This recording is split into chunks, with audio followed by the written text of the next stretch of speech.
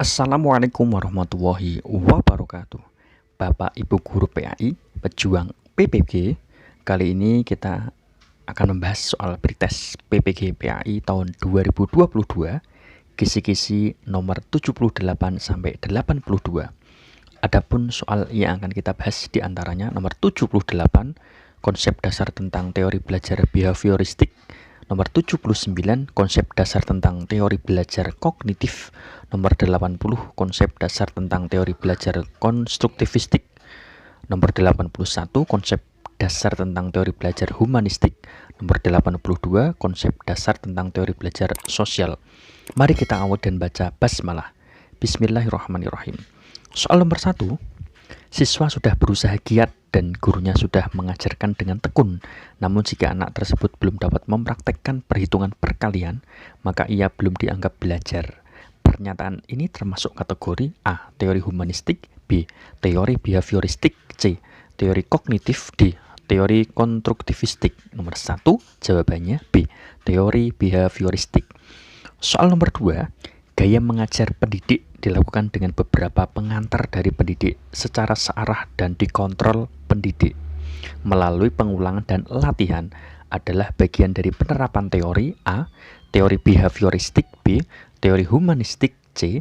Teori konstruktivisme, D. Teori kognitivisme. Nomor 2, jawabannya A. Teori behavioristik. Soal nomor 3, perkembangan kognitif merupakan suatu proses genetik, yaitu suatu proses yang didasarkan atas mekanisme biologis. Perkembangan sistem syaraf adalah menurut pendapat A. David Ausubel, B. Ivan Petrovich Pavlov, C. Brunner, D. Jean Piaget. Nomor 3, jawabannya itu C. Brunner. Soal nomor 4, belajar merupakan pemaknaan pengetahuan dan mengajar merupakan proses menggali makna. Hal tersebut merupakan ciri dari teori A. Humanistik, B. Konstruktivistik, C. Behavioristik, D. Kognitif. Nomor 4, jawabannya B. Konstruktivistik. Soal nomor 5, menurut teori ini, peranan guru dalam pembelajaran adalah sebagai fasilitator, motivator, dan memberikan kesadaran mengenai makna kehidupan pada siswa. Teori belajar ini berusaha memahami perilaku belajar dari sudut pandang pelakunya, bukan dari sudut pandang pengamatnya. Teori belajar ini adalah A. Sibernetik, B. Humanistik, C. Behaviorisme, D. Konstruktivisme. Nomor 5, jawabannya B. Humanistik. Soal nomor 6, teori memanusiakan manusia dan seseorang diharapkan mengaktualisasikan diri untuk diterapkan dalam lingkungan. A. Teori humanistik, B. Teori behavioristik, C. Teori kognitif, D. Teori konstruktivistik. Nomor 6, jawabannya A. Teori humanistik.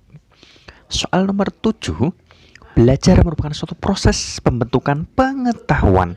Peserta didik harus aktif melakukan kegiatan, aktif berpikir, menyusun konsep, dan memberi makna tentang hal-hal yang sedang dipelajari, termasuk dalam teori A.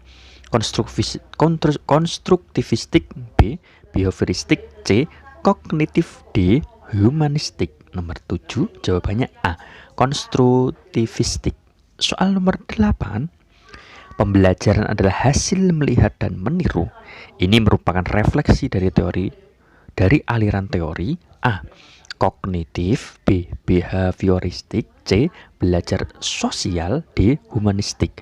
Nomor 8, jawaban C. Belajar sosial. Soal nomor 9, dengan adanya ZPD, maka pengetahuan peserta didik biasanya dibangun melalui community learning.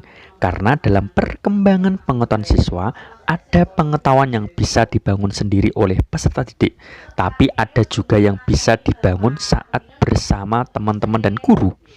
Pendapat ini menurut A. Maslow, B. Kohler, C. Watson, D. Vygotsky. Nomor 9, jawabannya D. Vygotsky. Soal nomor 10,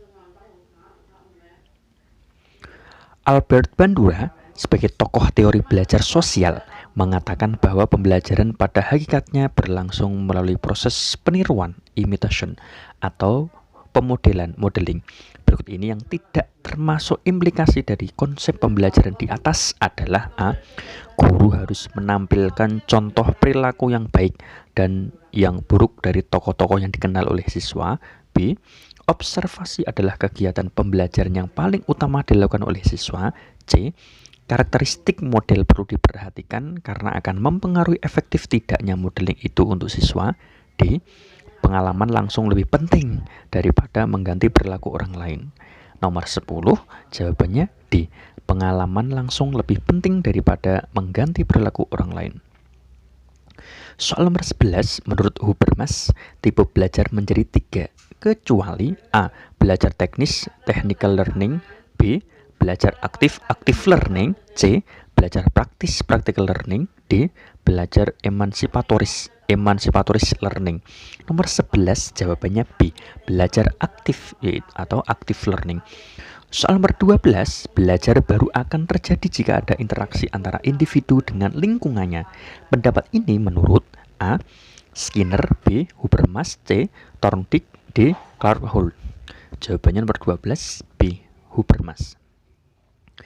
Soal nomor 13, ciri khas pembelajaran dengan pendekatan teori humanistik adalah anak diajak berpikir secara A. Induktif, B. Deduktif, C.